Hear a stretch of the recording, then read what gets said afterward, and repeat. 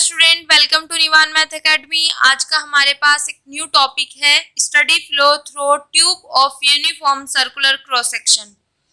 ये हमारे पास ये वाला टॉपिक है। देन इसका जो सेकंड नेम है वो है पोज़ुल फ्लो और हैगन-पोज़ुल फ्लो। क्लियर?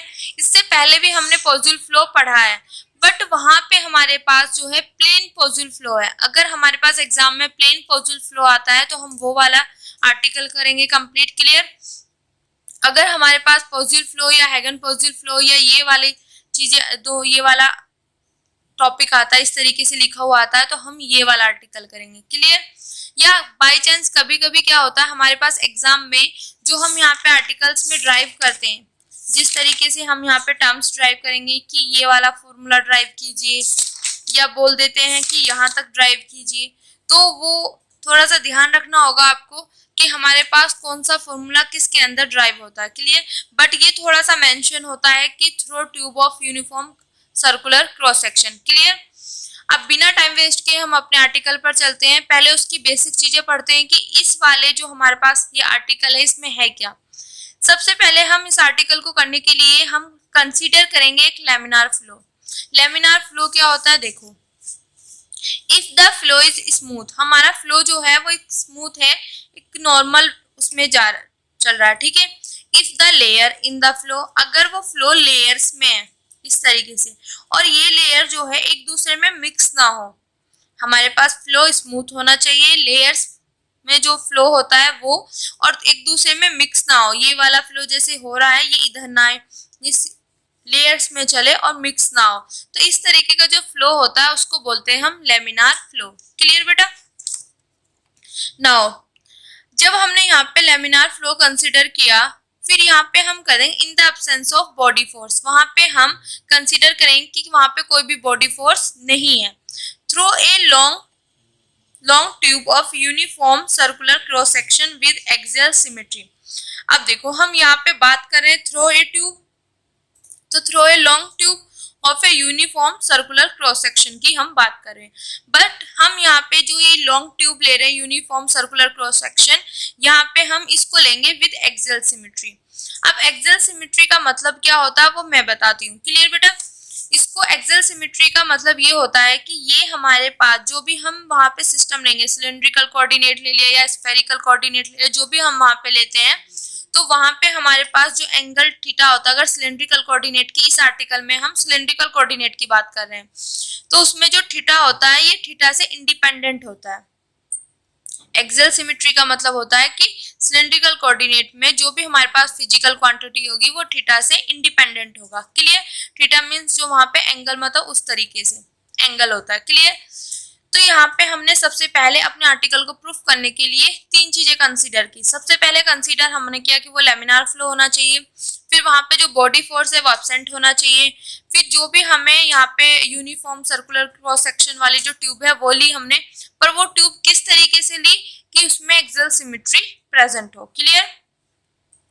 अब हम यहाँ पे जब हम यहाँ पे सिलेंड्रिकल कोऑर्डिनेट की बात करें तो हमारे पास आर, थीटा और जेड, ये तीन कोऑर्डिनेट होंगे।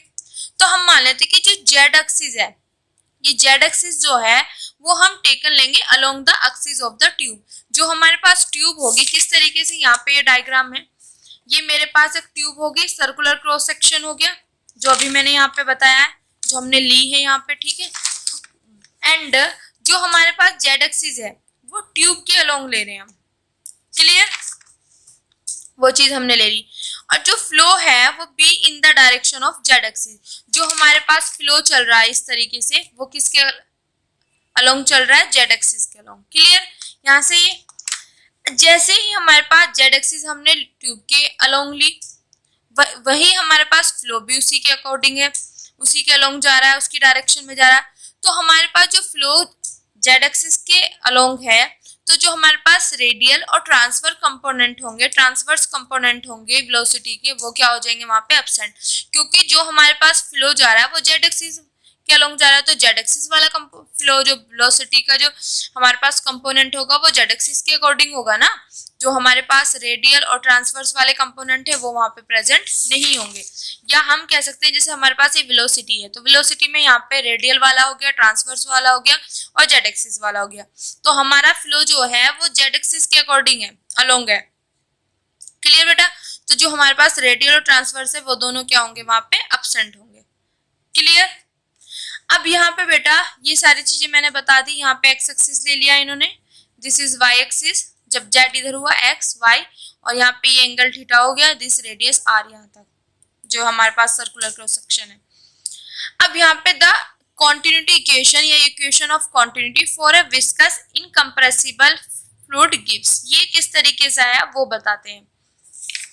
ओके बेटा, देखो हमने जो अपने जो थर्ड सेमेस्टर में हमारे पास फ्लूइड डायनेमिक्स आता है उसमें हमने वहाँ पे फाइंड किया है equation of continuity in cylindrical coordinate. Cylindrical coordinate मैंने बताया बेटा आर थीटा और जेड।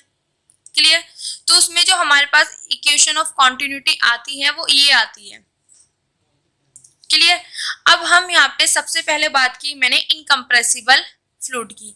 इनकम्प्रेसिबल का मीनिंग क्या होता है कि जो हमारे पास ये डेंसिटी होती है ये कांस्टेंट होती है, कांस्टेंट की तरह वर्क करेगी। अब डेंसिटी जैसे ही कांस्टेंट हुई तो अगर मैं उसका डेरिवेटिव मतलब पार्शियल डेरिवेटिव में विद रिस्पेक्ट टू टाइम करूं तो वो जीरो हो जाएगा। क्लियर? फिर जो यहाँ पे है अगर मेरे पास इस तरीके से वो होती है, डिफरेंशिएशन होती है और ये अंदर है और ये कांस्टेंट की तरह है तो ये बाहर आ जाएगा। सिमिलरली यहाँ से बाहर आ जाएगा और यहाँ से, और रिमेनिंग सब चीजें एज इट इज। क्लियर? अब देखो मैंने क्या किया है, यहाँ से रो बाय आर बाहर ले लिया। जब मैं बाहर लूंगी तो मेरे पास रिमेनिंग यहाँ पे ये बचेगा, यहाँ पे ये बचेगा, और यहाँ पे आर रो बाय आर लेना था तो मुझे इसको रो बाय आर बनाने के लिए मैं आर से मल्टीप्लाई आर से डिवाइड कर दूं। क्लियर बेटा? तो जो ये वाला मैंने बाहर ले लिया तो रिमेनिंग यहाँ पे मेरे पास ये बच गया और सब एज इट इज। जो रो बाय मैंने बाहर लिया, यहाँ पे जो ये लिया रो बाय आर ये मैंने बाहर लिया, रिमेनिंग मेरे पास ये वाला पूरा पोर्शन बचा। जब ये इधर जाएगा जीरो के पास तो जीरो बन जाएगा। क्लियर? तो मेरे पास ये आ गई इनकम्प्रेसिबल फ्लूइड के लिए इक्वेशन ऑफ कॉन्टिन्यूटी। क्लियर? अब यहाँ पे मेरे पास क्या है, जो मैंने वेलोसिटी वाले फैक्टर कंपोनेंट लिए हुए हैं वो मैंने लिए हुए हैं यहाँ पे Q1 Q2 Q3, पर मैंने यहाँ पे लिए हुए हैं QR Q theta Q Z.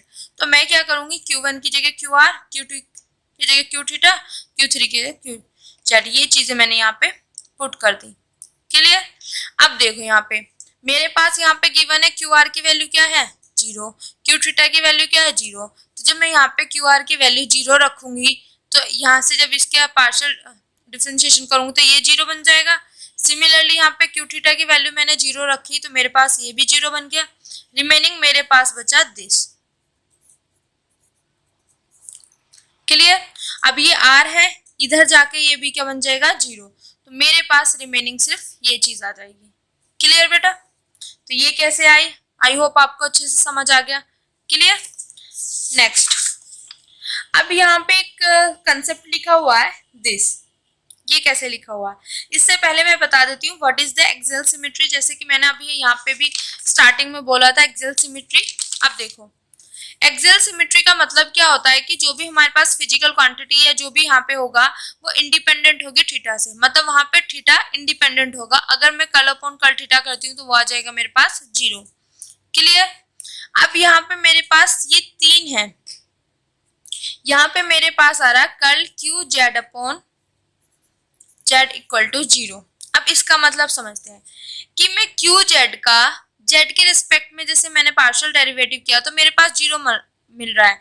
ये कब पॉसिबल, अगर ये जेड का मतलब यहाँ पे अगर Q जेड मेरे पास Q जेड अगर मेरे पास जेड का ही फंक्शन होता तो यहाँ पे जीरो नहीं आता, या तो कोई कांस्टेंट आता या जेड की टर्म में आती कोई ना कोई वैल्यू, बट मेरे पास ये जीरो दे रहा है जेड के उसमें, तो इसका मतलब है इन दोनों में से किसी एक का फंक्शन होगा तभी वो जीरो देगा। क्लियर? तो इसमें मेरे पास एक ये है आर है और थीटा है। अब मेरे पास जो क्यू जेड है या तो वो मेरे पास क्या होगा आर का फंक्शन होगा या वो मेरे पास होगा थीटा का फंक्शन, बट यहाँ पे हम एक्सियल सिमेट्री लेके चल रहे हैं, तो इसका मतलब है कि यहाँ पे जो भी मेरे पास फिजिकल क्वांटिटी होगी वो इंडिपेंडेंट होगी थीटा से। तो जो मेरे पास ये है ये इंडिपेंडेंट होगी थीटा से, मतलब थीटा पे डिपेंड नहीं करेगी। तो इसका मतलब ये वाला पोर्शन मेरे पास नहीं होगा, तो यहाँ पे ये वाला पोर्शन होगा। तो वही चीज यहाँ पे लिखी हुई है कि जो क्यू जेड आएगा वो हमारे पास फंक्शन होगा आर का। अब देखो यहाँ से अगर ये आर का फंक्शन होगा और उसको मैं जेड के रेस्पेक्ट में डिफ्रेंशिएट करूं या पार्शियल डेरिवेटिव करूं, तो मेरे पास यहाँ पे क्या आ जाएगा, जीरो आ जाएगा। क्लियर? तो यही चीज है कि क्यू जेड को जब मैं जेड के रिस्पेक्ट में पार्शियल डेरिवेटिव कर रही हूँ तो वो मेरे पास जीरो आ रहा है। इसका मतलब अगर यहाँ पे ये जेड का फंक्शन होता तो या तो कोई कांस्टेंट आता यहाँ पे, क्लियर, या मेरे पास जेड की टर्म्स में आता। बट अगर यहाँ पे ये मेरे पास जेड के उसमें जीरो दे रहा, तो या तो ये फंक्शन होगा इसका या ये फंक्शन होगा इसका। अब इसका हो नहीं सकता क्योंकि ये क्या है, एक्सियल सिमेट्री मींस ये इंडिपेंडेंट है ऑफ थीटा पे, ये थीटा पे डिपेंड नहीं कर सकता। कोई भी फिजिकल क्वांटिटी होगी वो थीटा पे डिपेंड नहीं करेगी। तो इसका मतलब दिस। ओके, नाउ यहाँ तक this is equation number first, ये हमारे पास आ गई। अब यहाँ पे लिखा हुआ है बेटा the equation of motion in cylindrical coordinate r. जो हमने इक्वेशन ऑफ मोशन निकाली थी इन सिलेंड्रिकल कोऑर्डिनेट में वो चीज है। अब बेटा देखो, अब ये हमारे पास आर्टिकल है, इसका मतलब ये तो नहीं कि हम इस पूरे आर्टिकल को ड्राइव करें, ठीक है। यहाँ पे हमें सिर्फ इन इक्वेशंस का यूज करना है। तो हम क्या करते हैं, यहाँ पे हम डायरेक्टली इनको याद रखते हैं और इनकी हेल्प से अपना आर्टिकल प्रूफ करेंगे। क्लियर? अब इनको याद करने का जो इजी तरीका है वो किस तरीके से है वो बताते हैं। देखो, सबसे पहले आप ये वाली जो हमारी फर्स्ट इक्वेशन है इसको ध्यान रखो, इसको अपने इसी की हेल्प से हम ये दोनों इक्वेशंस बनाएंगे। क्लियर? देखो यहाँ पे रो है, तीनों में रो आएगा, rho means density. Clear? D upon D T, D upon D T, D upon D T. यहाँ पे हमारे पास जो वेलोसिटी वाला था Q are, Q theta, Q Z. Clear? जब यहाँ पे आएगा ये वाले टर्म्स थोड़ा सा माइंड में रखना कि यहाँ पे माइनस क्यू थीटा का स्क्वायर बाय आर है, यहाँ पे plus q are Q theta by r है, यहाँ पे कुछ नहीं आएगा। ये वाला थोड़ा सा आप ध्यान रखोगे। फिर इक्वल टू में रो एक्स है, एक्स एक्स यहाँ पे बॉडी फोर्स को रिप्रेजेंट कर रहा है। क्लियर? तो यहाँ पे आर थीटा जेड, यही तो होता है हमारे पास, आर थीटा जेड, तो उस सीक्वेंस में चल रहे हैं। फिर माइनस साइन है, कल P अपॉन कल R, कल P अपॉन कल थीटा, कल P अपॉन कल Z। बट यहाँ पे एक चीज माइंड में याद रखना कि जो कल P अपॉन कल थीटा है उसके साथ 1/r आएगा। क्लियर? ये हमारे पास हो गया। फिर plus mu plus mu plus mu, यहाँ पे ब्रैकेट में del square q r square q theta square q z, ये मेरा पास फिनिश लास्ट वाला। अब इन दोनों को देखते हैं, ये सेम है, यहाँ पे माइनस साइन है, यहाँ पे माइनस है, पर यहाँ पे माइनस होगा बट ये वाला मेरे पास यहाँ पे प्लस हो जाएगा। यहाँ पे आर है, जब थीटा वाले में जाएंगे तो थीटा हो जाएगा, आर है तो थीटा हो जाएगा, थीटा है तो आर हो जाएगा। और कोई चीज हमें चेंज नहीं करनी, सिर्फ क्यू आर है तो क्यू थीटा, क्यू आर है तो क्यू थीटा, और क्यू थीटा है तो क्यू आर, ये सिर्फ चेंजिंग करने हैं। तो याद करने का इजी तरीका जो है मेरे पास, इसको आप ध्यान रखो, इसी के बेस पे इसको ध्यान रखो कि रो है, फिर डी अपॉन डी टी में इस तरीके से है, फिर ये वाला यहाँ पे नहीं है, फिर रो एक्स बॉडी फोर्स है हमारे पास, फिर कल P अपॉन कल, यहाँ पे जो P है वो प्रेशर को रिप्रेजेंट कर रहा है, ठीक है। R के रिस्पेक्ट में, थीटा के रिस्पेक्ट में, Z के रिस्पेक्ट में, थीटा वाले में 1/r आ जाएगा, फिर म्यू आ गया मेरे पास, ठीक है। अब फिर ब्रैकेट में दिस। ओके, आई होप आपको अच्छे से ये याद हो जाएगा। नाउ अब हमने यहाँ तक ये इक्वेशंस कर ली। क्लियर? अब देखो यहाँ पे जो ये d अपॉन डी टी है ना वो ये रिप्रेजेंट करता है। क्लियर? तो d अपॉन डी टी की आप लिख भी सकते हो, नहीं भी लिखोगे तो नो प्रॉब्लम।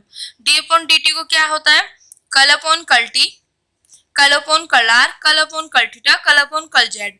कल अपॉन कल आर के साथ यहाँ पे आएगा क्यू आर, थीटा के साथ आएगा क्यू थीटा, जेड के साथ आएगा क्यू जेड, और जब थीटा की बात होती है तो वहां पे आता है 1/r, जैसे कि मैंने यहाँ पे बताया। तो इसको भी मैंने आपको याद करने का तरीका बता दिया। क्लियर बेटा? ये मैंने बता दिया, ये हमारे पास बॉडी फोर्स का होता है जिसके हमारे पास ये कंपोनेंट्स होते हैं, x r, x theta, x z. अब देखो हम बात कर रहे हैं यहाँ पे स्टडी फ्लो के लिए, तो स्टडी फ्लो के केस में हमारे पास जो कल अपॉन कल टी होता है वो होगा हमारे पास 0। देन हमने अभी यहाँ पे किया है कि जो मेरे पास रेडियल और ट्रांसवर्स कंपोनेंट होते हैं ये 0 होते हैं, और शुरू में ही हम लेट अस कंसीडर करके चलें कि यहाँ पे जो बॉडी फोर्स है वो क्या होगा मेरे पास एब्सेंट। तो इसका मतलब जो ये वाला है ये एब्सेंट होगा, इसका मतलब this and this and this 0 होंगे। क्लियर। अब ये जो मेरे पास वैल्यू है ये वैल्यू मैं पुट करूंगी इन इक्वेशंस में। ठीक है, सबसे पहले हम इस वाली इन वैल्यूज को हम पुट करते हैं इक्वेशन नंबर 2 में फर्स्ट। ठीक है, जब मैंने इक्वेशन नंबर 2 में देखो यहाँ पे देखना बेटा, क्यू आर क्यू थीटा मेरे पास 0, तो क्यू आर क्यू थीटा 0, तो ये पूरा पोर्शन 0 ये आ गया। यहाँ पे एक्स आर ये वाला मैंने बोला कि 0 होगा, तो ये वाला 0 बन गया। ठीक है, यहाँ पे देखो ये वाला मेरे पास 0, यहाँ से इक्वल टू में 0 माइनस कल पी अपॉन कल आर ये मेरे पास रिमेनिंग बचा प्लस के म्यू। अब देखो ये 0 क्यू आर की वैल्यू 0 है ना, दिस 0 क्यू थीटा की वैल्यू 0, तो ये पूरा पोर्शन 0, तो यहाँ पे ये 0 आ गया, तो मेरे पास रिमेनिंग बचा दिस इक्वल टू 0। समझ आ गया बेटा कैसे आया। फिर यही सारी कंडीशन मैं पुट करूंगी किस वाले इक्वेशंस में, इक्वेशन नंबर 3 में। अब देखो equation number Q theta Q R ये 0 पूरा पोर्शन 0 बन गया, तो यहां से मेरे पास क्या आ जाएगा 0। एक मिनट ये वाला ले लेते हैं। देखो सेकंड इक्वेशन नंबर 3 ये थी। ठीक है, अब इसमें मैंने ये वाला पूरा पोर्शन 0 इक्वल टू यहाँ पे एक्स थीटा मेरे पास 0 होगा, तो ये भी 0 माइनस 1/r कल पी अपॉन कल थीटा। फिर यहाँ पे देखो क्यू थीटा 0 क्यू आर 0 ये पूरा पोर्शन मेरे पास 0, तो मेरे पास रिमेनिंग बचा दिस इक्वल टू 0। यहाँ पे माइनस इधर जाएगा उसका कोई फर्क नहीं पड़ेगा। Clear. Obviously this equal to 0, तो माइनस ये पूरा पोर्शन इधर जाएगा, ये 0 आ जाएगा मेरे पास, तो यहाँ से मेरे पास ये 0 आ गया। अब देखो हम ये दो चीजें निकाल चुके हैं, यहाँ पे आर थीटा और जेड मेरे पास है। ठीक है, तो जो मेरे पास P है अगर उसका मैं R के रिस्पेक्ट में पार्शियल डिफरेंशिएशन करूँ तब 0 आ रहा है, थीटा के रिस्पेक्ट में करूँ तब भी 0 आ रहा है। क्लियर। तो यहाँ से मतलब क्या होता है, इसके रिस्पेक्ट में करूँ 0, इसके रिस्पेक्ट में जी करूँ कर रही हूँ तो तब भी 0। तो इसका मतलब क्या है कि जो मेरे पास ये P है ये फंक्शन होगा जेड का। जैसे ही P फंक्शन अगर जेड का होगा तभी तो इनके रिस्पेक्ट में अगर मैं डिफरेंशिएशन कर रही हूँ, पार्शियल डेरिवेटिव कर रही हूँ, तो वो तभी तो 0 आ रहा है। तो यहाँ से हमारे पास कंक्लूजन निकल जाता है कि P जो है वो फंक्शन होगा जेड का। वही चीज यहाँ पे लिखी हुई है। अब हमने जो हमारे पास गिवन था, ये पूरी कंडीशंस जो गिवन थी हमने क्वेश्चन नंबर 2 में पुट की, क्वेश्चन नंबर 3 में पुट की। नाउ अब हम पुट करेंगे क्वेश्चन नंबर 4 में। अब देखो यहाँ से ये मेरे पास देखो एक्स जेड, यहाँ से सबसे पहले ये चीज देखते हैं। ये बेटा ये देखना, यहाँ पे मेरे पास है क्वेश्चन नंबर 4 जो है d q z upon D T.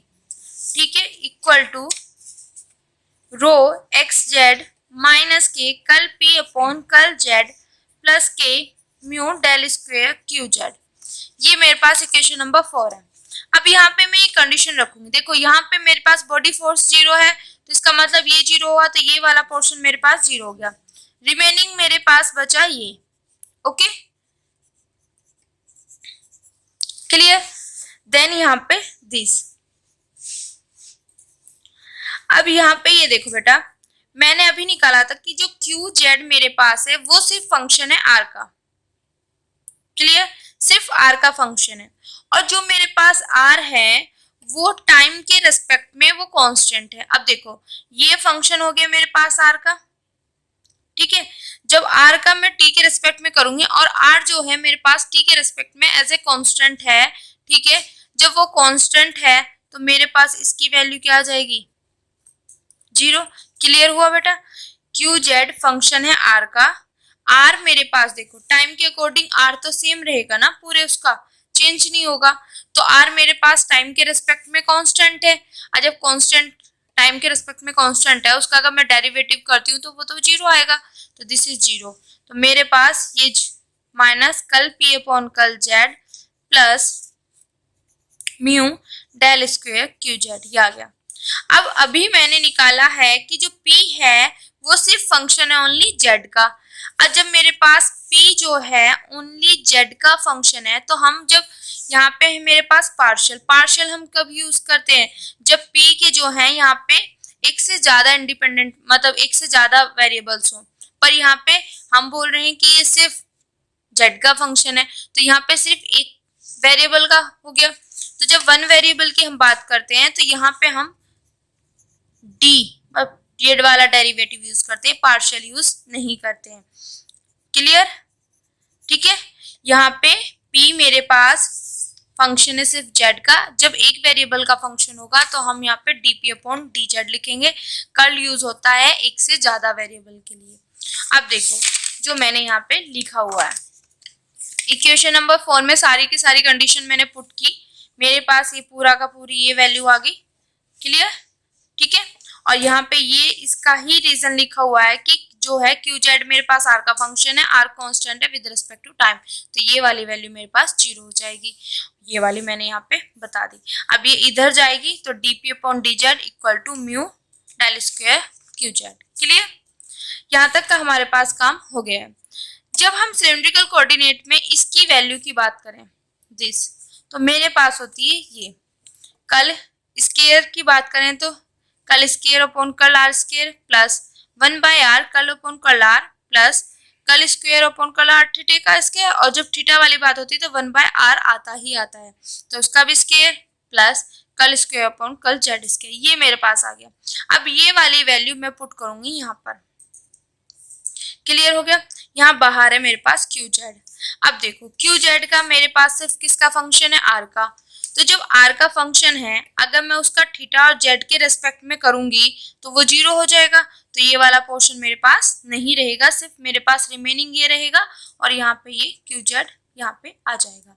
अब दूसरी चीज, यहाँ पे पार्शियल था, यहाँ पे मैंने टोटल लिख दिया। वही रीजन है, पार्शियल जब हम वहां पे यूज करते हैं जब एक से ज्यादा वेरिएबल यूज आते हैं, पर यहाँ पे सिर्फ ये एक वेरिएबल का है, ओनली वन वेरिएबल, तो यहाँ पे डी आ गया। क्लियर? वही चीज लिखा हुआ है, q z is the function of r only, सिर्फ आर का फंक्शन है, और जो मेरे पास पी है वो भी फंक्शन है ओनली जेड का। क्लियर? वही चीज लिखी हुई है। अब मेरे पास ये वाली जो इक्वेशन आई है ये मैंने एज इट इज रखी।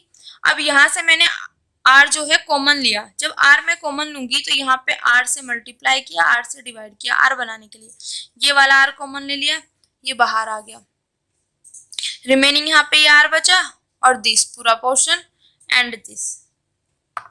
क्लियर? अब ये जो आर है इधर डिवाइड में इधर जाके मल्टीप्लाई में आ जाएगा, फिर ये म्यू इधर चला जाएगा, ये मल्टीप्लाई में इधर डिवाइड में हो जाएगा, मेरे पास ये आ गया। अब देखो अगर मैं इस वाले टर्म का are d q z upon d are का, अगर मैं 1 डी अपॉन डी आर ये इस पूरी टर्म का आर के रेस्पेक्ट में अगर मैं डिफरेंशिएशन करूं तो मेरे पास यही टर्म आएगी। किस तरीके से, देखो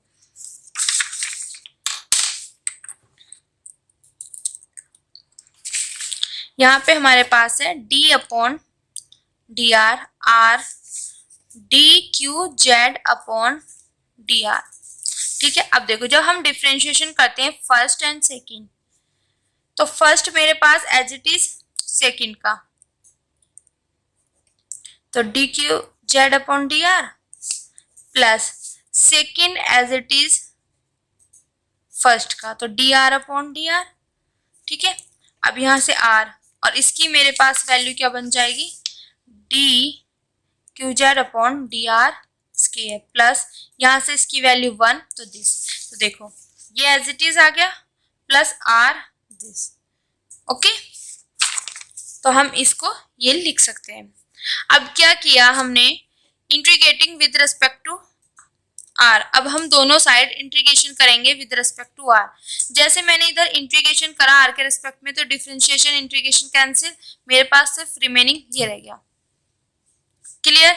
अब देखो 1/म्यू dp अपॉन डी, ये तो अलग हो जाएगा यूज। क्लियर? यहाँ पे मेरे पास बचा आर का इंटीग्रेशन जब मैं करूंगी तो मेरे पास किस आर का इंटीग्रेशन करना है, तो क्या हो जाएगा आर स्क्वायर बाय 2, तो वही लिख दिया आर स्क्वायर बाय 2, और साथ में जब हम इंटीग्रेशन करते हैं तो कोई ना कोई कांस्टेंट आता है। क्लियर?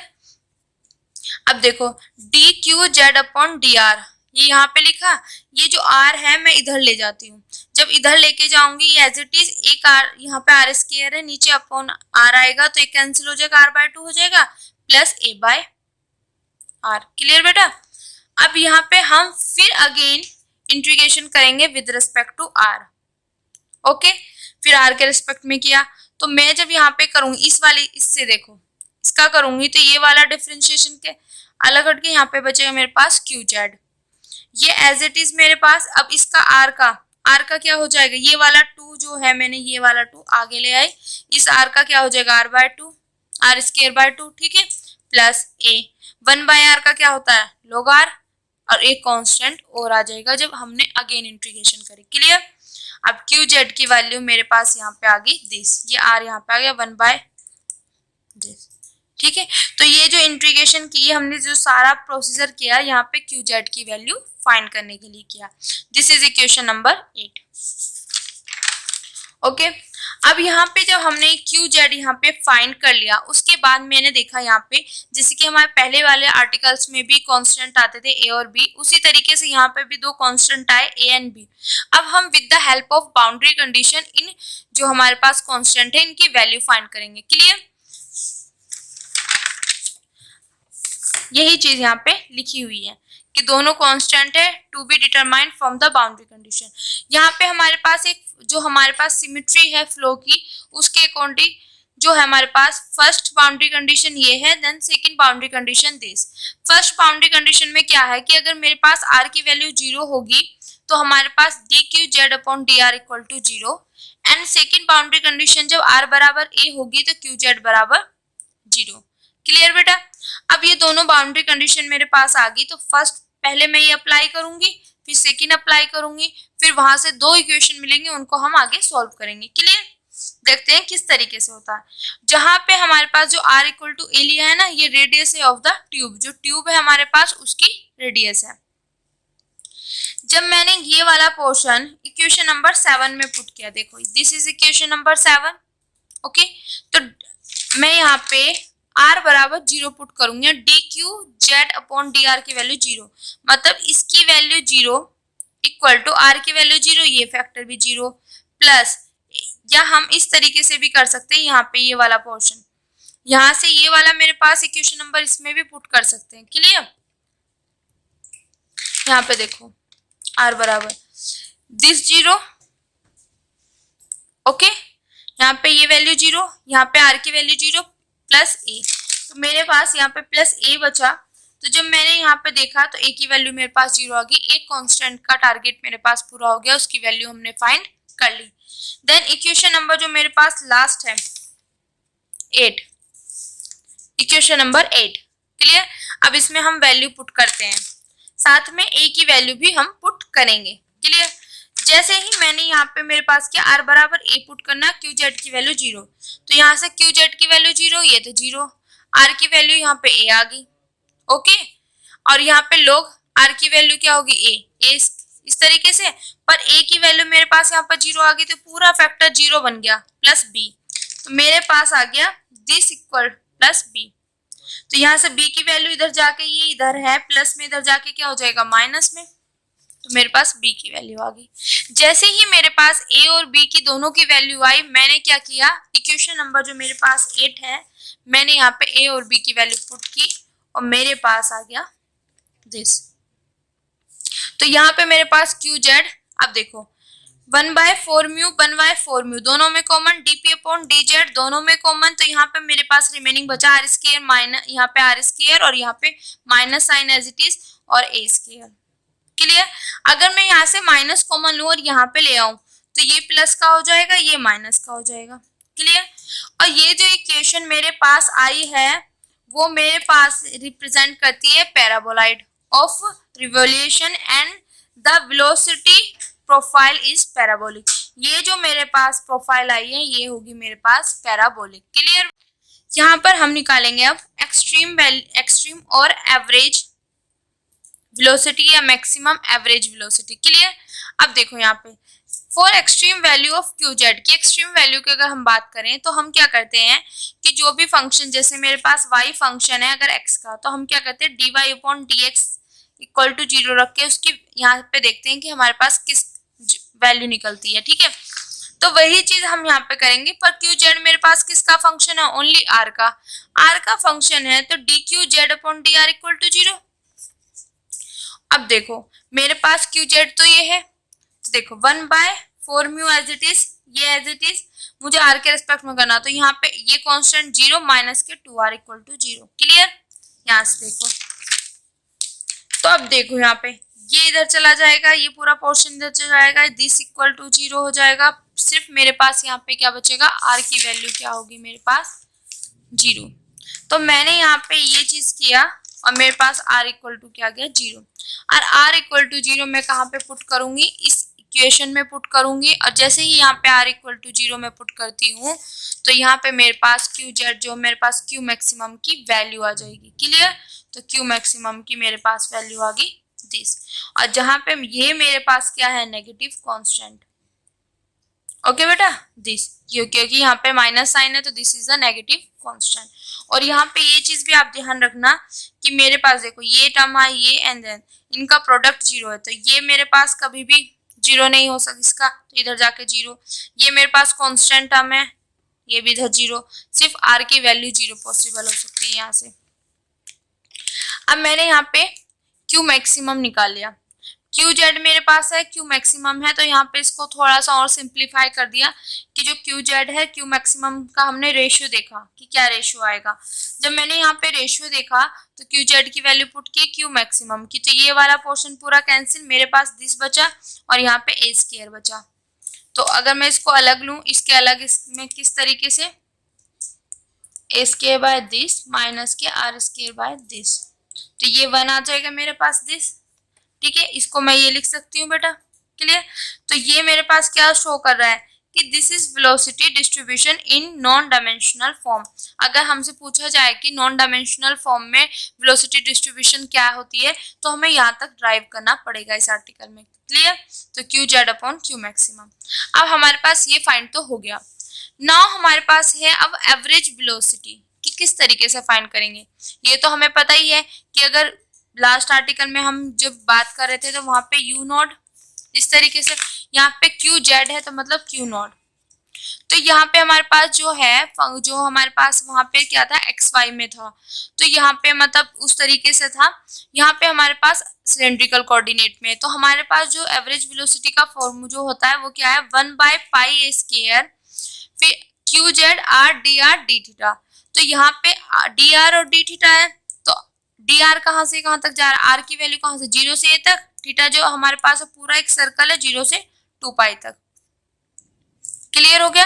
अब यहाँ पे क्यू जेड की वैल्यू पुट करेंगे, देन ये जो हमारे पास जिसमें आर और थीटा नहीं है वो बाहर, जो हमारे पास है पहले आर के रिस्पेक्ट में हमने डिफरेंशिएट की और इंटीग्रेशन करी, देन उसकी वैल्यू पुट करी, फिर उसके बाद हमने थीटा के उसमें की।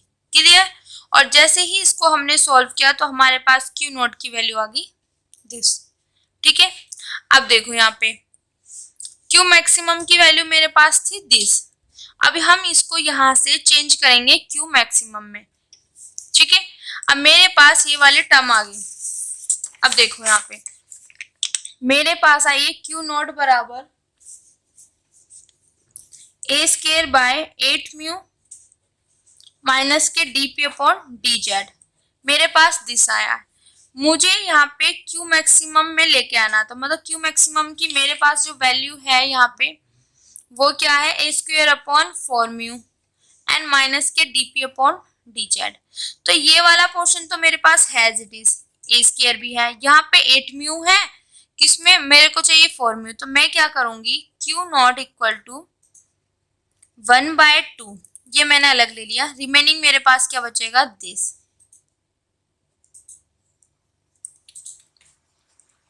ठीक है बेटा, देखो अगर इसको मैं अंदर लेके जाऊं तो मेरे पास यही आ जाएगा मल्टीप्लाई होके, इसकी पूरे की वैल्यू क्या क्यू मैक्सिमम, तो वही चीज यहाँ पे लिखा हुआ है। ओके, तो यहाँ तक हमने कर लिया, हमने उसकी एवरेज वेलोसिटी निकाल दी, हमने उसका जो मैक्सिमम था क्यू मैक्सिमम वो निकाल दी, मैक्सिमम वेलोसिटी। अब यहाँ पे देखो average velocity is half of the maximum velocity, वो इसको डिफाइन कर रहा है कि जो मेरे पास एवरेज वेलोसिटी है वो हाफ होगी मैक्सिमम वेलोसिटी का, हाफ ही तो हुआ, ठीक है। अब यहाँ पे नाउ अब हम निकालते हैं यहाँ पे वॉल्यूमेट्रिक फ्लो, क्लियर। अब ये किस तरीके से है, Q बराबर मेरे पास क्या होगा, 0 से A Q Z 2 pi R D R. Okay बेटा, यहाँ से अब ये मेरे पास फॉर्मूले होते हैं, इनको आपने याद रखना है, क्लियर। तो अब देखो ये किस तरीके से आया, यहाँ पे Q as it is, Q z की वैल्यू पुट कर दी, Q जेड की वैल्यू मेरे पास है यहाँ से ये वाली, जब ये वैल्यू पुट करी, अब मेरे पास यहाँ पे जो R में होंगी टर्म्स सिर्फ उनको हमने रखा, और जो R से फ्री है वो सबके सब बाहर। अब इसका इंटीग्रेशन करेंगे, लिमिट रखेंगे, लिमिट रखने के बाद सॉल्व करने के बाद हमारे पास आई दिस, यहाँ तक, क्लियर। ये चीज हमने कर लिया। अब इसमें भी यही चीज पोर्शन क्यों किया, मैक्सिमम लाने, क्यों मैक्सिमम, ठीक है। तो मेरे पास देखो जब मैं क्यू मैक्सिमम की वैल्यू मेरे पास ये होती है, ठीक है, तो मैंने ये बनाई, ए स्क्वायर यहाँ पे की पावर 4 है बेटा। अब यहाँ पे देखो इसने यहाँ पे ये सारा सिंपल वे है, सिर्फ यहाँ से देखते हैं। अब यहाँ पे हमें क्यू मैक्सिमम लाना, जो हमारे पास वॉल्यूमेट्रिक फ्लो है उसमें हमें क्यू मैक्सिमम लाना, किस तरीके से लाएंगे, मुझे पता है क्यू मैक्सिमम की वैल्यू ये होती है, तो यहाँ पे देखो पाई तो मेरे पास बाहर ही रह गया, यहाँ पे की पावर 4 है, पर मुझे क्यू मैक्सिमम के लिए ए स्क्वायर चाहिए, तो ए स्क्वायर बाहर रह गया, ये अंदर, यहाँ पे मुझे 4 म्यू चाहिए तो 2 बाहर, और एज इट इज ये, तो मेरे पास ये क्या बन गया, क्यू मैक्सिमम दिस। तो यहाँ पे मेरे पास वॉल्यूमेट्रिक जो फ्लो है वो ये आ गया, तो यहाँ पे मेरे पास रिलेशन आ गया बिटवीन क्यू मैक्सिमम और वॉल्यूमेट्रिक, जो हमारे पास क्यू है उसमें, दोनों में, ठीक है बेटा। अब नाउ हम निकालेंगे sharing stress. What is the sharing stress, जैसे कि हमें पता है the sharing strength positive flow is given by, ये होता है हमारे पास। अब यहाँ पे वही चीज आ जाएगी बेटा, जैसे कि हम वहाँ पे वाई एक्स करते थे, पर यहाँ पे हमारे पास आर थीटा जेड है, तो यहाँ पे आएगा आर जेड, ओके, माइनस के mu D q z upon d are, और डी क्यू अपॉन डी ये हम वैल्यू पुट कर देंगे, क्यू जेड जो है हमारे पास इसका आर के रिस्पेक्ट में डिफरेंशिएट करके वैल्यू पुट कर दी, तो यहाँ से हमारे पास ये शेयरिंग स्ट्रेस आ गया, ठीक है। अब देखो हमने वहां पे क्या है, जब हम निकालते थे तो हम कोई वो रखते थे, जैसे सिग्मा वाई एक्स रखते थे, तो यहाँ पे वाई की वैल्यू कुछ ना कुछ पुट करते थे, ठीक है। तो सिमिलरली यहाँ पे आर की वैल्यू क्या पुट होगी मेरे पास, वहां पे वाई की, देखो यहाँ पे इस वाले की पुट करते थे, तो सिमिलरली यहाँ पे आर की वैल्यू क्या होगी मेरे पास, ए, क्लियर। और यहाँ पे हम देखो मेरे पास एक चीज और नोटिस करने वाली है, यहाँ पे आर थीटा जेड है मेरे पास, मैंने थीटा नहीं लिया, सिर्फ आर जेड ले, क्यों, क्योंकि थीटा से हमारे पास यहाँ पे इंडिपेंडेंट वाली चीजें आ रही है, थीटा का कोई रोल ही नहीं है, तो यहाँ पे आर जेड का यूज होगा, ठीक है। नाउ अब यहाँ पे जहां आर बराबर है वहां पे आर, जहां भी आर होगा वहां पे आर की जगह हम रखेंगे ए, रख दिया बेटा। अब ये जो माइनस साइन है ये अंदर ले जाएंगे, ओके। अब माइनस के D P upon D Z, इसकी वैल्यू मैंने रखी क्यू मैक्सिमम की फॉर्म में, कैसे, मुझे पता है क्यू मैक्सिमम की वैल्यू क्या है दिस, मुझे इसकी वैल्यू चाहिए, तो ये डिवाइड में इधर जाके मल्टीप्लाई में, तो 4 म्यू अपॉन ए स्क्वायर क्यू मैक्सिमम, क्लियर बेटा। यहाँ से वैल्यू हमने निकाल ली, उसके बाद उसको सॉल्व किया, ठीक है, यहाँ तक हमारा काम हो गया, हमने शेयरिंग स्ट्रेस निकाल लिया। अब वही लोकल फ्रिक्शनल या स्किन कोफिशिएंट अगर हम निकालें CF, तो वो क्या होता है हमारे पास, जो शेयरिंग स्ट्रेस होता है अपॉन जो डेंसिटी होती है, जो हमारे पास एवरेज वेलोसिटी होता है उसका स्क्वायर बाय 2, यही होता है, ठीक है। तो हमने यहाँ पे शेयरिंग स्ट्रेस रखा जो हमारे पास है, एक मिनट,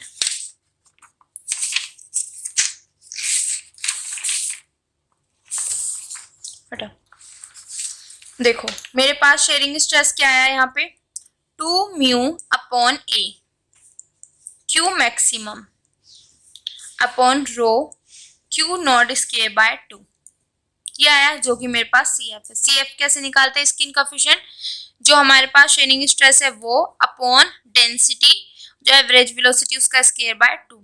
अब देखो जैसे इसको हम सॉल्व करेंगे, 2 म्यू अपॉन ए क्यू मैक्सिमम, ठीक है, और ये 2 जो है वो ऊपर चला जाएगा upon rho q nought square.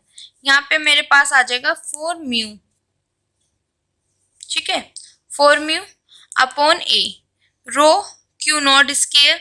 अब क्यू मैक्सिमम की मेरे पास वैल्यू क्या है, अगर हम उसमें देखें दोनों के बीच में रिलेशन, हमारे पास यहाँ से आया था क्यू मैक्सिमम की वैल्यू क्या होती है 2 क्यू नॉट, रिलेशन होता है ना, ठीक है, तो क्यू मैक्सिमम की वैल्यू हो जाएगी 2 क्यू नॉट। तो यहाँ से एक कैंसिल हो जाएगा तो मेरे पास 4 2 जा 8 mu upon a rho q nought, 8 mu upon rho a q nought. Clear बेटा? अब देखो यहाँ पे अब क्या करना है, मैंने बताया था न्यू, ये म्यू होता है, this is the new, new बराबर क्या होता है म्यू अपॉन रो। तो मेरे पास जो म्यू अपॉन रो, इसको मैं क्या लिख सकती हूँ, दिस, इसकी जगह बेटा न्यू बराबर होता है म्यू अपॉन रो, तो म्यू अपॉन रो ये जो होता है इसको मैं न्यू लिख सकती हूँ, तो मैंने यहाँ पे न्यू लिख दिया, वही चीज यहाँ पे की हुई है। ओके, अब देखो यहाँ पे मेरे पास सी एफ ये चीज आ गई, तो अब क्या किया, यहाँ पे 2 से मल्टीप्लाई किया, 2 से डिवाइड किया, तो ये हो गया मेरे पास 16, यहाँ पे 2a हो गया क्यू नॉट। अब ये जो न्यू है इसको मैं नीचे ले आई, इसको इस तरीके से तो रीअरेंज कर सकते हैं, यहाँ पे जाएगा मल्टीप्लाई में तो मैं इसको नीचे ले आई। क्लियर? अब इस पूरे वैल्यू को मैंने मान लिया आर ई, इस आर ई को हम बोलेंगे रेनॉल्ड्स नंबर। क्लियर? जैसे कि हमने अपने लास्ट आर्टिकल में भी बोला था रेनॉल्ड्स नंबर, तो यहाँ पे हमारे पास क्या था you not H upon new.